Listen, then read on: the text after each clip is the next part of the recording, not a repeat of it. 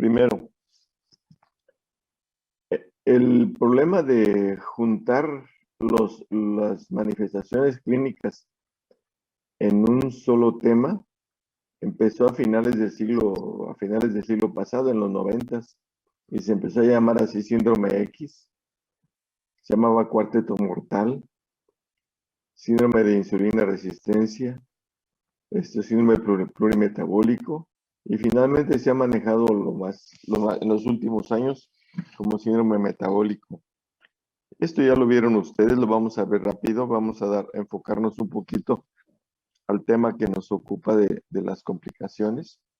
Entonces, como ustedes ven aquí a finales del siglo pasado, en el 1988, se empezó a juntar todos los factores de riesgo que generaban metabólicos que generaban problemas cardiovasculares. Y entonces en este 1968, este médico Riven reportó un estudio sobre resistencia a la insulina en humanos y creó precisamente ese síndrome X, en el que en este síndrome X incluyó la resistencia a la insulina, incluyó los cambios a nivel de lípidos. Y estos dos cambios, estas dos situaciones de las dislipidemias son básicas y fundamentales para entender el síndrome metabólico. Esto es lo común, este es lo más común que podemos encontrar de alteraciones lipídicas en el paciente diabético, los triglicéridos altos y el HDL bajo. Esa es la fórmula más común que vamos a encontrar como factor de riesgo cardiovascular. Esto también se acompaña frecuentemente de elevaciones del colesterol total y del colesterol LDL, que es el colesterol aterogénico. A mí me cuesta trabajo, no me cuesta trabajo, sino que no me gusta mucho hablar de colesterol bueno, colesterol malo. El colesterol bueno, pues es el colesterol HDL llamado bueno. ¿Por qué? Ustedes van a decir por qué es colesterol bueno. ¿Y por qué el LDL es malo? Pues no es malo, simplemente es el aterogénico. A estos cambios de los lípidos también se le agregó la hipertensión arterial, y esto fue lo que se llamó en un principio, hace ya muchos años, síndrome metabólico, o resistencia a la insulina, o cuarteto de la muerte. Después pasaron otro tiempo, dice, por unos años se observó la relación, esta observación de la relación de varias alteraciones en pacientes diabéticos tipo 2 que tenían como comorbilidades la obesidad, la dislipidemia, la hipertensión y la aterosclerosis. Entonces, esos pacientes eran diabéticos, pero además frecuentemente se asociaban a obesidad, a trastornos de los lípidos, a hipertensión arterial, y esto lo que se veía es que se aceleraba la aterosclerosis.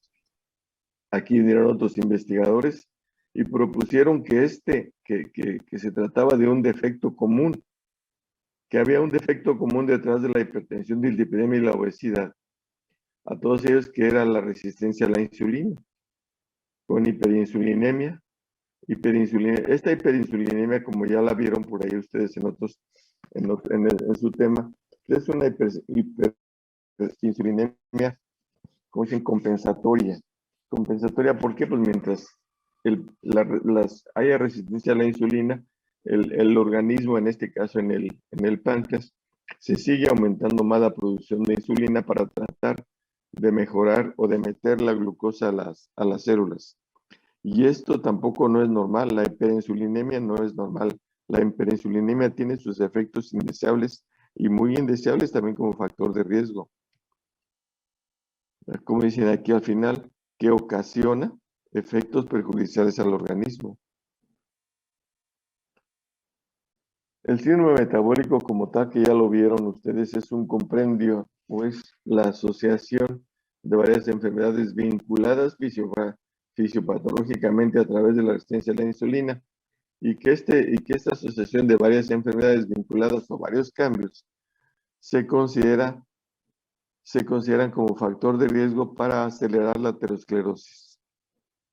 Se considera también que hay cierto genotipo, que no todos los pacientes que tienen diabetes, tienen síndrome metabólico, muchos tienen resistencia a la insulina, pero no todos hacen al mismo tiempo el trastorno metabólico del colesterol y todos hacen hipertensión. En algunas ocasiones la hipertensión precede a la aparición de la diabetes y también precede la aparición de los trastornos lipídicos. Y esto se considera que es el principal factor de riesgo para esto es la resistencia a la insulina.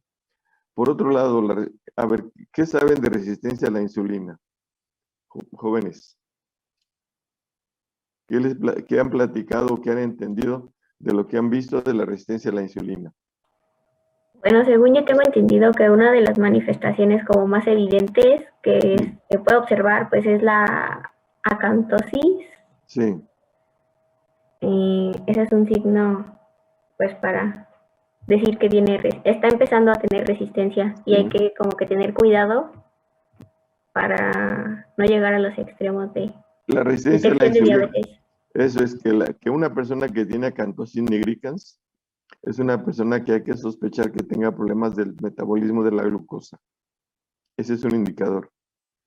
Por una parte, les voy a cambiar un poquito, no cambiar, sino ampliar un poquito la visión.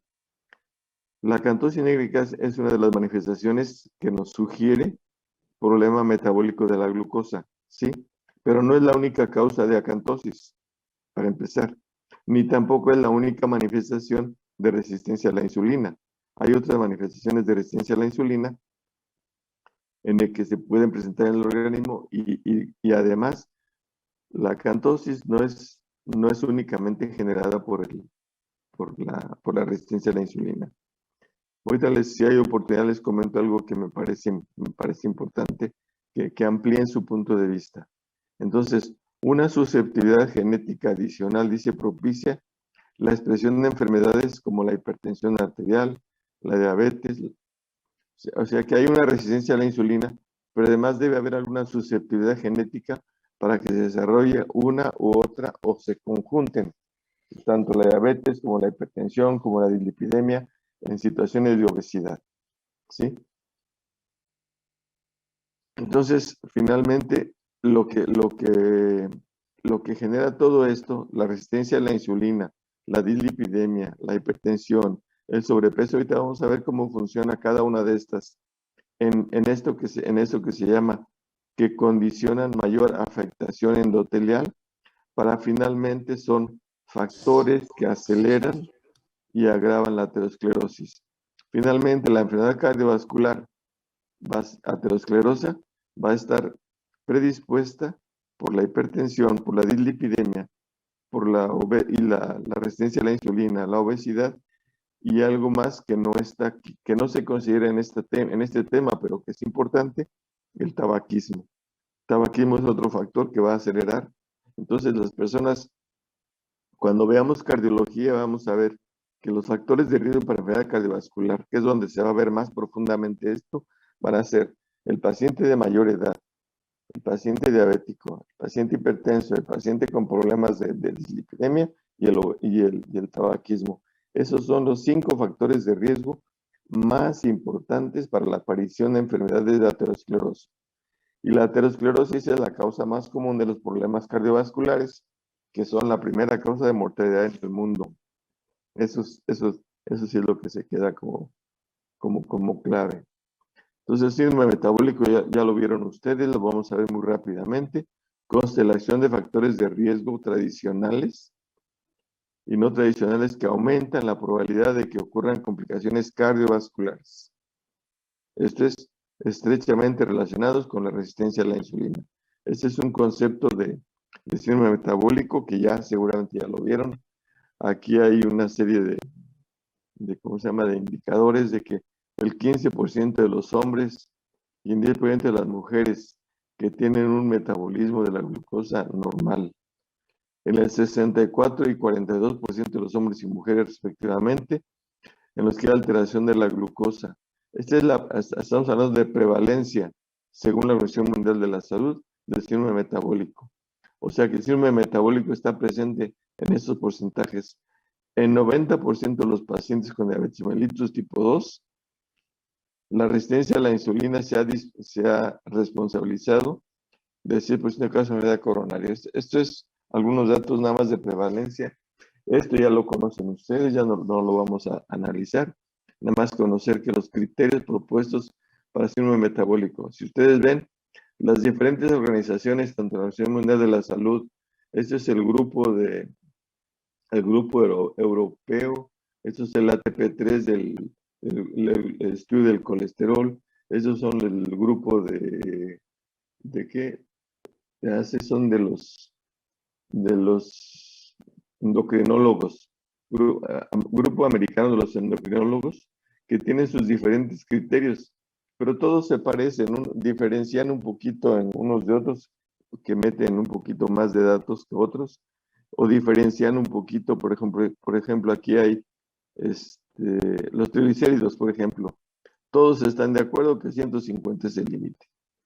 Y aquí en la insulinoresistencia, algunos, esto ya lo vieron ustedes como síndrome metabólico. Se los dio no sé quién, el doctor González, ¿no? ¿O quién se los dio? Todavía no lo vemos, de hecho hoy apenas lo vamos a ver. Ay Dios, entonces aquí voy a adelantar un poquito. No lo voy a ver así completo, pero ustedes van a ver cómo aquí hay otra tabla con los criterios de síndrome metabólico de la Organización Mundial de la Salud, de los europeos, del ATP3, del IDF. El IDF es la Federación Internacional de Diabetes. Y aquí son los diferentes criterios. No varían mucho, pero sí hay unas variaciones. Y finalmente habrá que seguir uno. Creo que aquí seguimos mucho el colegio de la ADA, de la Asociación Americana de Diabetes. La Asociación Americana de Diabetes se dirige mucho con los datos del ATP3. Y el ATP3 es el que nos va a ayudar a establecer quién tiene diagnóstico. Se supone que aquí en la diabetes tipo 2, a ver, es que tengo por ahí un pendiente que comentarles. Me dicen si tenemos tiempo para hacer un comentario que me parece importante. Hay una susceptibilidad genética a la obesidad y con un estilo de vida sedentario. Aquí estamos viendo las dos causas más comunes. Esto es la enfermedad metabólica de la glucosa. La resistencia a la insulina tiene una susceptibilidad genética y cambios en el estilo de vida. Los cambios en el estilo de vida más comunes repercuten en la obesidad. ¿Sí? La obesidad, va a crear resistencia a la insulina. La resistencia a la insulina tiene, obviamente, una susceptibilidad genética y del estilo de vida, las repercusiones del estilo de vida que más frecuentemente van a darnos resistencia a la insulina es la obesidad. Entonces aquí tenemos resistencia a la insulina. Esto va a generar síndrome metabólico. Este síndrome metabólico va a generar disfunción de la célula beta, generando hasta la diabetes mellitus. Y esa diabetes mellitus va a generar tanto enfermedad macrovascular como microvascular.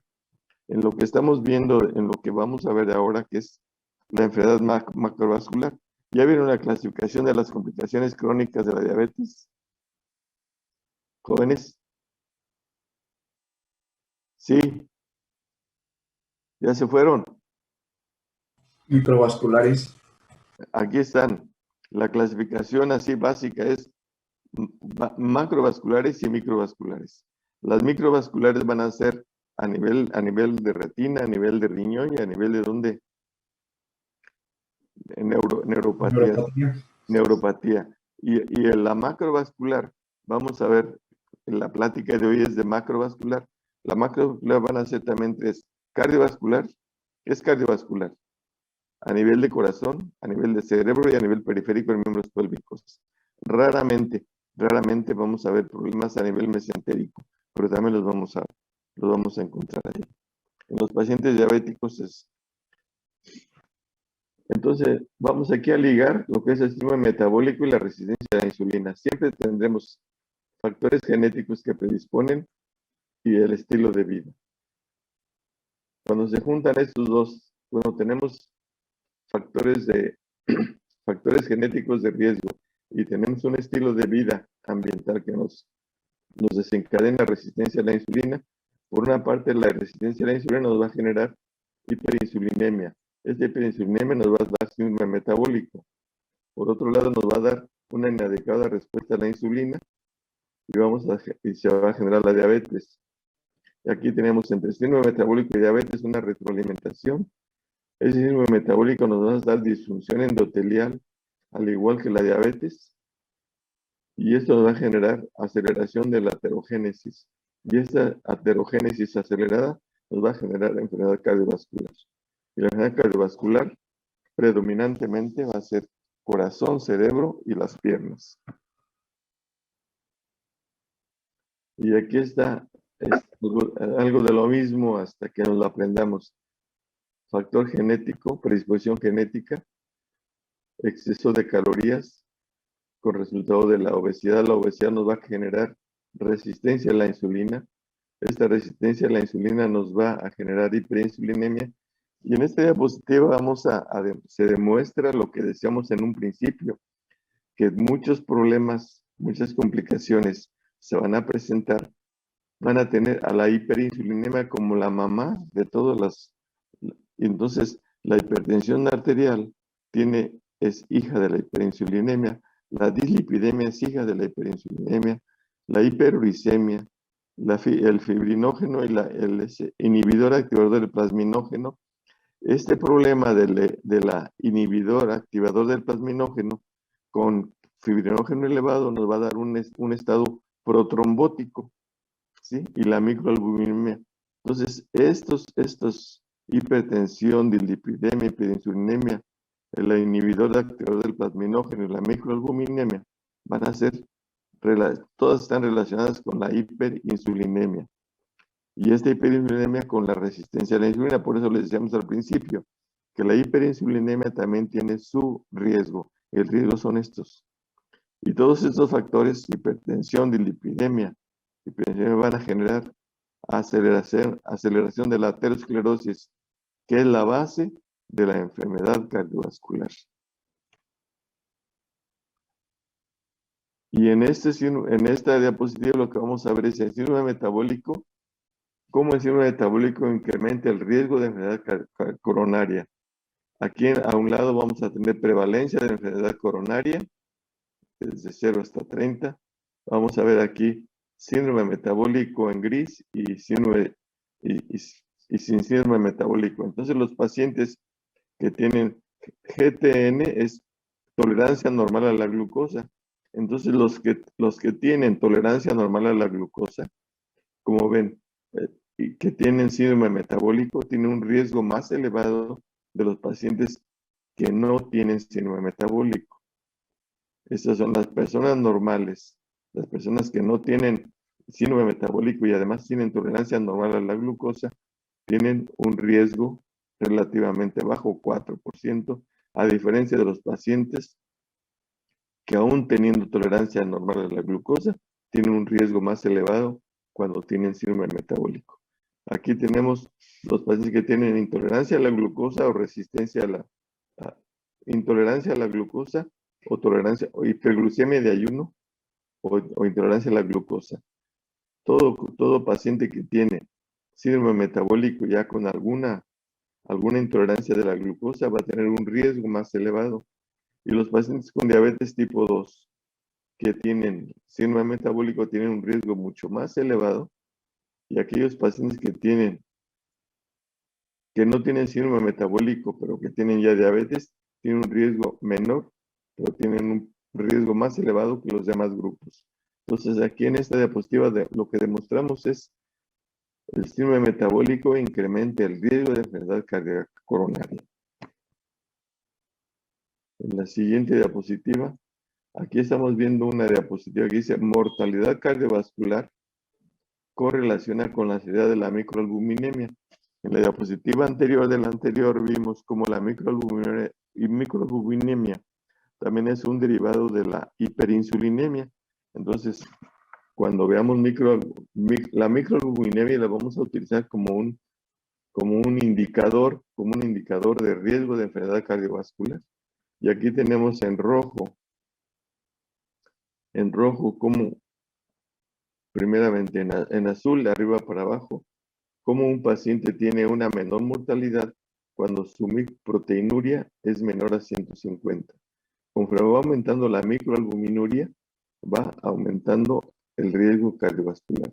Y un paciente en rojo que tiene una proteinuria mayor de 300 miligramos por litro, este paciente tiene un riesgo más alto, mayor de morir, de mayor riesgo. Es mortalidad cardiovascular. A eso es a lo que se refiere. Entonces aquí estamos tomando en cuenta la microalbuminuria como indicador de riesgo cardiovascular y riesgo de muerte. Obviamente por ese riesgo. Entonces, cuando una persona cumple con los criterios del síndrome metabólico, cuando una persona con intolerancia a la glucosa no cumpla criterios del síndrome metabólico, no se descarta que tenga resistencia a la insulina, ni tampoco riesgos cardiovasculares aumentados. Entonces, la resistencia a la insulina no es en sí una enfermedad, es un cambio fisiológico que aumenta el riesgo que ocurren los factores de riesgo del síndrome metabólico. Entonces, sin embargo, no todas las personas que tienen resistencia a la insulina desarrollan los trastornos. Ahorita si da tiempo, les platico algo.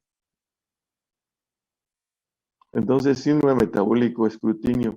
Entonces, ¿en quién debemos investigar síndrome metabólico?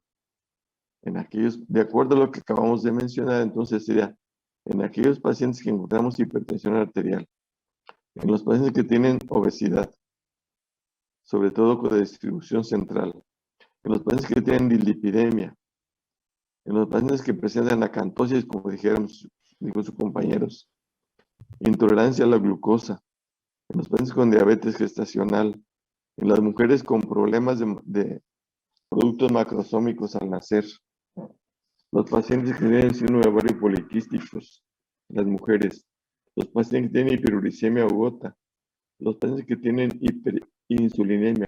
En estos pacientes que presentan alguna manifestación como estas, hay que hacer ese escrutinio completo y buscarles síndrome metabólico para poder aplicar las medidas de prevención y que no desarrollen. Seguimos con los síndromes de escrutinio. En aquellos pacientes que tienen antecedentes familiares de enfermedades involucradas como diabetes, hipertensión, obesidad y dislipidemia. En pacientes de grupos étnicos, los indios, Pima, los micronesios, eso no tenemos aquí. Pacientes con bajo peso al nacer, correlaciona con síndrome metabólico en la edad adulta. A ver, aquí en esta diapositiva me nace comentarles. Primeramente, cuando veamos un poquito más de resistencia a la insulina, vamos a tratar de entender en la época del Paleolítico, se supone que las personas pasaban por muchos episodios de hambruna, de hambres, y se considera que en aquellos tiempos la naturaleza creyó prudente conservar la glucosa que podían tener para desarrollar el cerebro. El cerebro es el órgano de nuestro cuerpo que se nutre en su mayor parte por glucosa. Y cuando le falta la glucosa, empieza a sufrir su metabolismo, alteración del metabolismo. Tiene poca capacidad para conservar calorías y poca capacidad para mantenerse con otro material que no sea glucosa. Entonces se considera que la naturaleza consideró prudente conservar la poca glucosa que se podía tener en la época paleolítica y que creó de alguna manera un mecanismo para que los demás tejidos disminuyeran su consumo de glucosa y conservarla para el cerebro. Entonces ahí es donde sin que se tenga pues una evidencia, se considera que redujo el consumo de glucosa por el músculo y poco tejido graso que había para poder mantener el desarrollo cerebral. Esa es una teoría por la que se considera que existe la resistencia a la insulina. Y ahorita vamos a ver otro detalle que ahorita me acaban de mencionar. Entonces, si no hubiera habido resistencia a la insulina en la época del Paleolítico, posiblemente ni siquiera hubiéramos desarrollado, posiblemente hubieran muerto aquellas personas del Paleolítico, aquellos antecesores nuestros, posiblemente ni siquiera existiéramos como tal. Entonces, yo pienso que la resistencia a la insulina, en algún momento dado con esa teoría, pues es lo que dio de alguna manera oportunidad al desarrollo de la raza humana.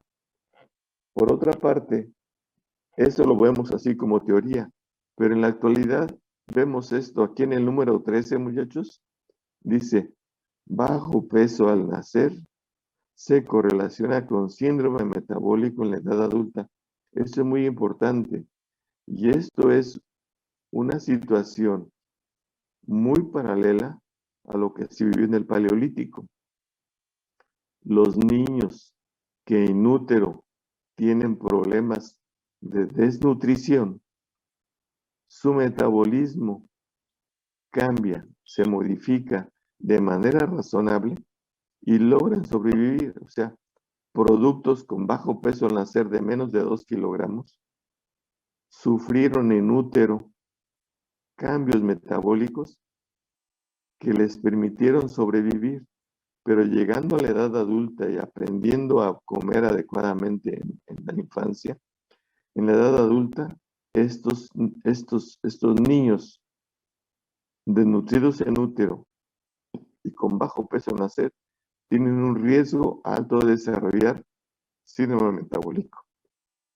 Y esto lo tengo en otra plática que no se los quise comentar, que me parece muy importante que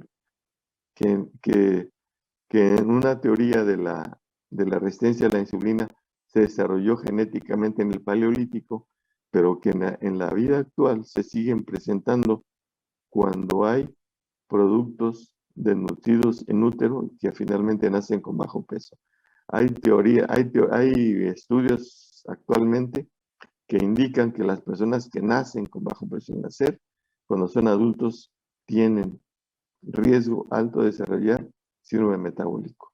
Eso era un comentario que les quería hacer para que les quedara esa inquietud de buscar que la resistencia a la insulina finalmente tampoco fue, en mi concepto, tampoco fue tan mala, porque posiblemente eso fue lo que permitió el desarrollo de la raza.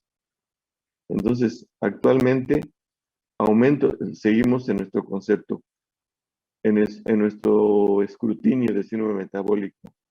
Aumentos ligeros en las cifras tensionales, hay que buscarle síndrome metabólico. Aumentos de la glucosa o insulina en ayuno, acuérdense que la hiperinsulinemia de ayuno es de 101 a 125.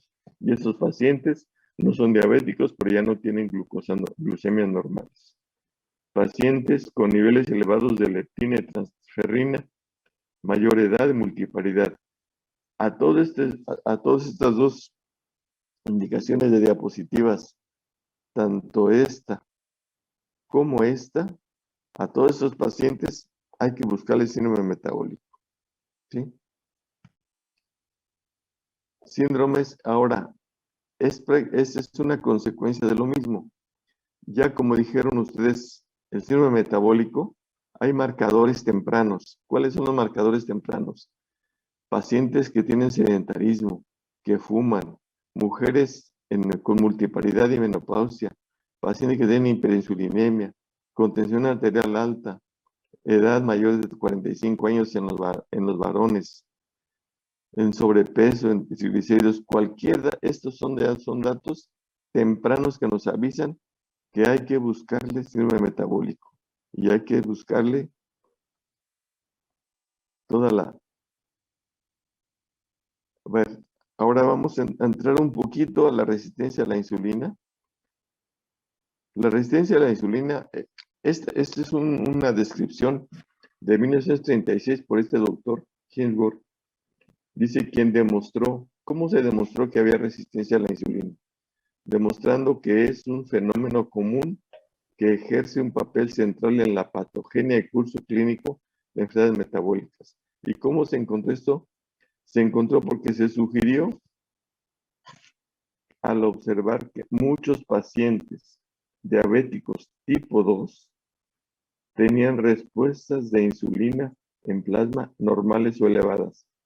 Muchos pacientes con diabetes al principio tienen hiperglucemia y tienen hiperinsulinemia, ¿sí?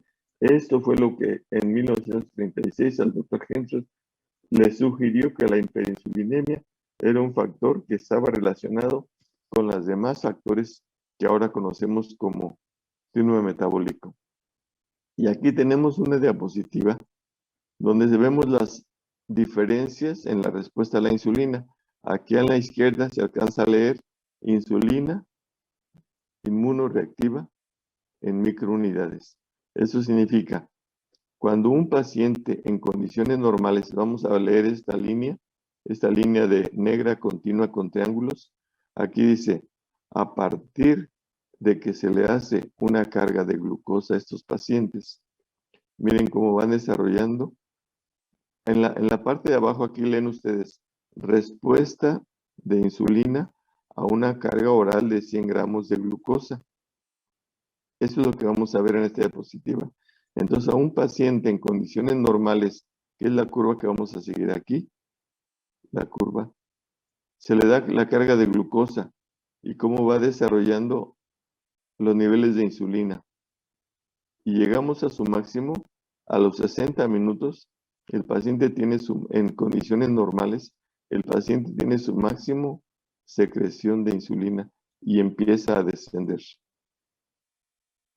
en condiciones normales. Ahora vamos a ver la misma carga de glucosa en pacientes que son obesos pero no diabéticos. Vean cómo un paciente obeso, no diabético, se le da la carga de insulina y miren cómo desarrolla los niveles de insulina. Van subiendo los niveles de insulina y aproximadamente también a los 45 minutos es cuando logra su nivel máximo de insulina y baja, y va bajando posteriormente, pero no alcanza a bajar a los límites normales. Después tenemos un paciente aquí en la línea tenue punteada con círculos, como son pacientes obesos y diabéticos. Entonces, el paciente obeso diabético se le da la carga de glucosa y va aumentando su nivel de insulina, y esta, aunque tarda un poco más que el paciente no diabético, pero vean aquí como a las 2 horas el paciente llega a su máximo. El paciente diabético obeso tiene hiperinsulinemia, pero hiperinsulinemia un poquito más retardada en tiempo que el paciente no diabético. El paciente no diabético llegó aquí más o menos a los 45, 60 minutos, pero el paciente diabético obeso llegó hasta las 2 horas, alcanzó a subir la insulina y logró bajarla posteriormente, pero tampoco no baja a lo normal. Él empezó acá y mira dónde termina. Y luego vemos el paciente diabético delgado. En la curva de abajo vemos esta curva, como el paciente diabético delgado le dan la carga de glucosa y empieza a subir un poco la insulina, pero sube muy poco, incluso menos que el paciente normal. Llega a su máximo también a las 2 horas, a los 120 minutos, y baja prácticamente a lo normal. ¿Sí? Entonces, esta diapositiva nos sirve para ver la respuesta insulínica de 4 grupos de pacientes. 2, el paciente normal, el paciente obeso no diabético, el paciente obeso diabético y el paciente diabético delgado. Eso es para que veamos los niveles de insulina en este tipo de pacientes. Es bien importante esta diapositiva. Entonces aquí tenemos un concepto de resistencia a la insulina. Este es un concepto bioquímico. La resistencia a la insulina es un concepto bioquímico, no es clínico. Entonces, está caracterizado por reducción de la respuesta biológica a la insulina que se presenta asociada a condiciones fisiológicas. Esto es, la resistencia a la insulina se presenta en situaciones fisiológicas en la pubertad. Ahí hay un poco de resistencia a la insulina. En el embarazo, aunque no desarrollen diabetes, el embarazo genera un estado de resistencia a la insulina. En la inanición, esto es en los ayunos prolongados.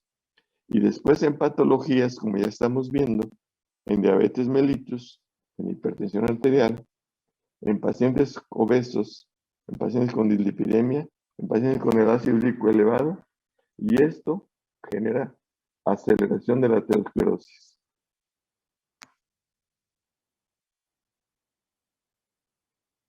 ¿Qué causas o genes asociados a resistencia a la insulina? Aquí está el receptor de insulina, proteínas de insulina, de unión a los ácidos grasos, el receptor adrenérgico, la enzima convertidora. En todas estas situaciones se puede encontrar algún dato relacionado con resistencia a la insulina. Inclusive aquí está la lipasa, el factor de necrosis tumoral alfa también es un factor de riesgo. La resistencia a la insulina ligada a enfermedad cardiovascular. Este es el tema de nosotros. Entonces, la resistencia a la insulina se está presente en el 92% de pacientes diabéticos. Esto en el paciente diabético duplica el riesgo de eventos cardiovasculares y está implicada en el 47% de los eventos cardiovasculares de las muertes, eventos cardiovasculares en los pacientes con diabéticos tipo 2. Aquí están algunos de los mecanismos o de las resistencia a la insulina, tanto genéticos como ambientales. Aquí ya, estos son resultados del estilo de vida más bien. La glucotoxicidad, trastornos de receptor de la insulina. SRI significa sustrato de receptor de insulina tipo 1. Alteraciones de fosforilación, lipotoxicidad. Ustedes van a ver ahorita lo que es la glucotoxicidad, la lipotoxicidad. Y aquí está un resumen muy... ¿Ya? ¿Ahora sí? Ya. Ahora sí. Entonces, en esta diapositiva es un resumen de todas las cosas que de muchas de las cosas que acabamos de mencionar. Entonces, aquí vamos a ver causas y consecuencias de la resistencia a la insulina. Vamos a ver aquí que la insulina está relacionada con causas genéticas, con la obesidad central, con la inactividad física, con la edad, con medicamentos y con otros síndromes raros. Esta resistencia, todo esto nos van a dar resistencia a la insulina y la resistencia a insulina a su vez nos va a dar intolerancia a la glucosa. Por eso digo que la resistencia a la insulina es la madre de todas estas cosas. Intolerancia a la glucosa, diabetes tipo 2, alteraciones de la actividad fibrinolítica, hipertensión arterial, dislipidemia, disfunción endotelial, ovarios poliquísticos, y todo esto lo que nos va a generar finalmente es una aceleración de la aterosclerosis. Y la aterosclerosis es la patología fundamental de las complicaciones cardiovasculares. Yo creo que estos son demostrativo, pues, de la resistencia a la insulina y de todas las patologías que se derivan de la misma. Está bien bonita esta plática, muchachos. Bueno, a mí me gusta mucho, no sé. Aquí estamos viendo que el síndrome metabólico es una red de factores escleróticos. Y aquí vamos otra vez, factores genéticos y factores ambientales. Resistencia a la insulina, y la resistencia a la insulina es una parecida a la anterior, como la resistencia a la insulina nos provoca todos estos problemas, lipidemia, hipertensión, lo mismo, y aumenta la enfermedad cardiovascular. Bueno, esa ya la van a ver muchas veces, mucho tiempo.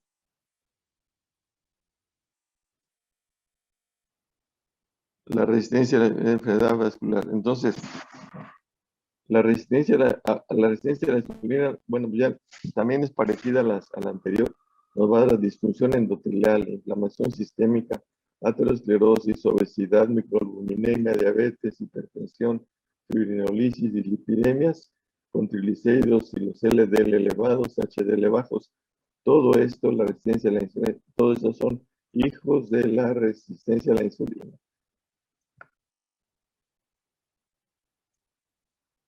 Estos son factores que contribuyen al riesgo cardiometabólico. Lo que está de diferente a las que hemos visto previamente es aquí, que aquí el tabaquismo, sedentarismo y dieta no saludable también es un factor de riesgo, que no están contemplados en otros. Pero es lo mismo, edad, genética, resistencia a la insulina, riesgo metabólico, los lípidos, el aumento de la presión arterial, la glucosa, los trastornos de los lípidos. Esto está más complejo, pero todo esto es lo mismo, que a partir de los problemas de la resistencia a la insulina se va a generar aterosclerosis. Esto se los voy a encargar para que se lo aprendan de memoria. Si lo seguimos bien, síndrome metabólico, en todo esto está metido. La teoría metabólica y teoría mecanicista, estas dos teorías cómo se juntan finalmente para dar disfunción endotelial. Esta disfunción endotelial finalmente lo que va a dar enfermedad cardiovascular. A partir de estas teorías metabólicas y teorías mecanicistas, por diferentes mecanismos, diferentes alteraciones en la diabetes, en la glucosa, en la presión arterial, todos son los factores de riesgo que van a terminar dando enfermedad cardiovascular. Y esos son, dice, riesgo cardiovascular para pacientes con síndrome metabólico. Aquí están en fases, las fases es en la tolerancia normal a la glucosa, la intolerancia y la diabetes. Y aquí están como pacientes con tolerancia normal a la glucosa, pero con síndrome de enfermedad, sin enfermedad cardiovascular, tienen un riesgo moderado. Los pacientes que tienen tolerancia normal a la glucosa, pero que tienen enfermedad vascular subclínica, su riesgo moderado es un poco mayor, y su riesgo acá cuando haya enfermedad clínica, los pacientes, no todos los pacientes infartados tampoco van a tener, hay otros factores de riesgo para el diabetes. Luego, cuando tienen intolerancia a la glucosa, el paciente que no tiene enfermedad cardiovascular tiene un riesgo moderado, igualmente va subiendo hasta ser muy alto. El paciente diabético en una fase tipo 3 ya de diabetes, aunque no tenga enfermedad cardiovascular, ya se considera de riesgo alto. El paciente diabético, aunque clínicamente no tenga diabetes, no tenga enfermedad cardiovascular, se considera de riesgo alto, y si ya tiene una enfermedad subclínica es de riesgo muy alto y de riesgo muy alto. Estos son solamente para tablas para tratar de catalogar. Y estos son marcadores, también está muy bonita esta diapositiva, muy completa. Marcadores de riesgo aterogénico asociados con resistencia a la insulina. La obesidad abdominal. Aquí va cómo la vamos a investigar, la obesidad abdominal. Por eso esta es la relación de cintura-cadera, el aumento de los ácidos grasos libres, el aumento del factor de necrosis igual alfa, la resistina y la adiponectina. En la dislipidemia, obviamente aquí vamos a ver el perfil de lípidos, vamos a ver lípidos totales, HDL, LDL, VLDL y triglicéridos. Y ya dijimos que el perfil lipídico alterado en los pacientes diabéticos son triglicéridos altos, VLDL altos y HDL bajo. Esa es la fórmula más común que vamos a encontrar. Factores de inflamación. La obesidad y la dislipidemia son factores de riesgo proinflamatorios y proaterogénicos de bajo riesgo. Y aquí, como vamos a ver, elevación de las proteínas C reactiva, un reactivo de inflamación y aumento de otras células,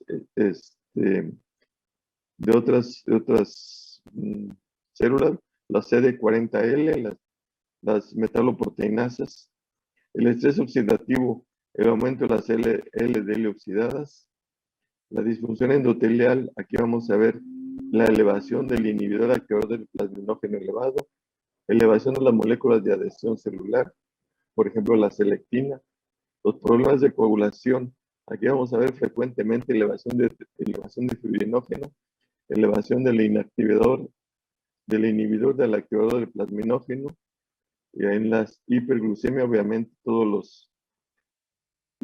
aquí vamos, AGES significa productos avanzados de la glucosilación. Cuando ya vieron lo que es la glucosilación oxidativa, la glucosilación, la hemoglobina, ¿ya vieron la hemoglobina glucosilada, muchachos? ¿Sí? ¿O no? ¿Ya se fueron? ¿Estamos o no estamos, muchachos? Sí, estamos. Pero, pues, porque no sé si, digo, ¿ya vieron lo que son los productos avanzados de la glucosilación? ¿O todavía no? Los van a ver. No los No me escucho. acuerdo. Creo que no los hemos visto tal cual. Y la bueno, lo que estamos viendo en esta diapositiva son los marcadores de riesgo heterogénico asociados con resistencia a la insulina. Esto es, el tema sigue siendo el mismo. La resistencia a la insulina y riesgo heterogénico. Esos son marcadores, tanto clínicos como por laboratorio, que nos indican que un paciente con resistencia a la insulina puede tener riesgo de heterogénico. Un marcador tiene la PCR, un papel directo en la aterotrombosis. Esta es la molécula de la PCR. Entonces, la proteína C reactiva se localiza en la íntima aterosclerótica, pero no en la... Entonces, la proteína C reactiva es un marcador de inflamación de bajo grado y está implicada en todas estas situaciones. Entonces, el pedir de proteína C reactiva a un paciente es un indicador de riesgo de inflamación de bajo grado como factor de riesgo para el desarrollo de enfermedad aterosclerótica. Entonces, la proteína C reactiva predice enfermedad cardiovascular. Y aquí estamos viendo en esta diapositiva cómo la proteína C reactiva en cualquier evento cardiovascular y en pacientes que ya tienen un infarto agudo del miocardio, una enfermedad vascular cerebral. En pacientes que tienen una proteína C reactiva menor a 1.5, el riesgo es más bajo. Conforme va aumentando la proteína C reactiva hacia arriba, cómo va aumentando, vemos cómo va aumentando el riesgo. Habitualmente empezamos a tener pacientes por arriba de 1.5 de proteína C reactiva, son pacientes de riesgo. Por esos pacientes los agarramos bien temprano y esos pacientes, el inconveniente relativo de muchas de estas cosas es que son asintomáticos y el paciente frecuentemente duda de que tenga un factor de riesgo cuando decimos que tiene una PCR de riesgo elevado. Pues sí, pero no siento nada. Eso es muy común que tengamos esto. Aquí estamos viendo la progresión a diabetes que es caracterizada por un incremento en el PAI. El PAI es un inhibidor activador del plasminógeno. Y ese es cuando está elevado esto, tenemos alteraciones en la coagulación y tenemos un paciente con una predisposición protrombótica. Y esta protrombosis son las que nos va a ayudar a generar un infarto del miocardio. Entonces aquí vemos como una intolerancia a la glucosa. En esta tolerancia normal a la glucosa tenemos dice, antígeno del PAI. Entonces tenemos un bajo nivel de antígeno, pero como vamos aumentando la tolerancia a la glucosa en diabetes, ¿cómo se eleva? Entonces, el inhibidor activador del plasminógeno se va elevando y constituye un factor de riesgo para la aterosclerosis. Y vamos a terminar ya, este es un proceso, el proceso, como la proteína, la aterosclerosis, inflamación, la proteína C reactiva. La proteína C reactiva es un indicador de inflamación de bajo grado en pacientes. Aquí decimos a mayor nivel de lípidos con disfunción endotelial. Aquí pasan las moléculas de LDL. Estas moléculas de LDL son oxidadas y estas son atrapadas de alguna manera por macrófagos, y estas moléculas de LDL oxidadas, pequeñas y oxidadas, las degluten los macrófagos y esos son los que dan lugar a lo que se conocen como las células esponjosas. Estas células esponjosas, junto con la proliferación del músculo liso de las arterias, se van a depositar por debajo de la capa subendotelial, ¿sí? Y eso es lo que forma la capa de ateroma. Eso es una ateroma. Y cuando este ateroma se rompe, genera aquí un coágulo. Y este coágulo llega a tapar el vaso sanguíneo. Y entonces es lo que genera propiamente el infarto del miocardio, o el infarto del cerebro, o la obstrucción a nivel de las piernas. Esto es lo que provoca los infartos. El trombo que genera cuando se rompe una placa de ateroma. Porque se exponen a la sangre los tejidos subendoteliales que atraen a las plaquetas para la adhesión primero, agregación posterior y formación de un trombo. Ese trombo va a disminuir, conforme vaya creciendo, va a disminuir la circulación y va a dejar un tejido sin circulación adecuada. Y eso nos va a generar el infarto a nivel cerebral, a nivel de corazón y a nivel de las piernas. Esto es la conclusión de todo lo que acabamos de trabajar. Aquí está como los trastornos metabólicos primarios, la enfermedad vascular intermedia, primero la obesidad, resistencia a la insulina, adiponectina, cómo esto genera diabetes, intolerancia a la glucosa, hiperinsulinemia, inflamación, disfunción. Todo esto lo que genera es aceleración de la aterosclerosis coronaria, cerebral y periférica. Esto es lo que habíamos dicho. Este es el tema de hoy. Cómo todas estas situaciones van a generar finalmente aterosclerosis a nivel coronario, cerebral y periférico, que son las complicaciones macrovasculares, y esto va a dar lo que se llama enfermedad cardiovascular. Ya casi nos van a ir. Entonces, riesgos asociados más allá de la enfermedad cardiovascular, estos son los otros factores de riesgo. Aquí les dejo muchas cosas, la evaluación clínica integral, estudios, sobrepeso y obesidad. Este es parte del mismo tema. No sé si nos dé tiempo de platicarlo, faltan 3 minutos. Este siguiente tema, este siguiente paso, muchachos, en esta diapositiva, ¿tienen clase a las 10? Estrella, ¿sí? Sí, tenemos clase. Bueno, entonces ya me voy me falta hablarles de sobrepeso y obesidad para que se entienda cómo el sobrepeso y la obesidad genera un estado protrombótico y como un estado proinflamatorio que sirve como acelera. Todo esto de cómo el tejido graso genera estas sustancias.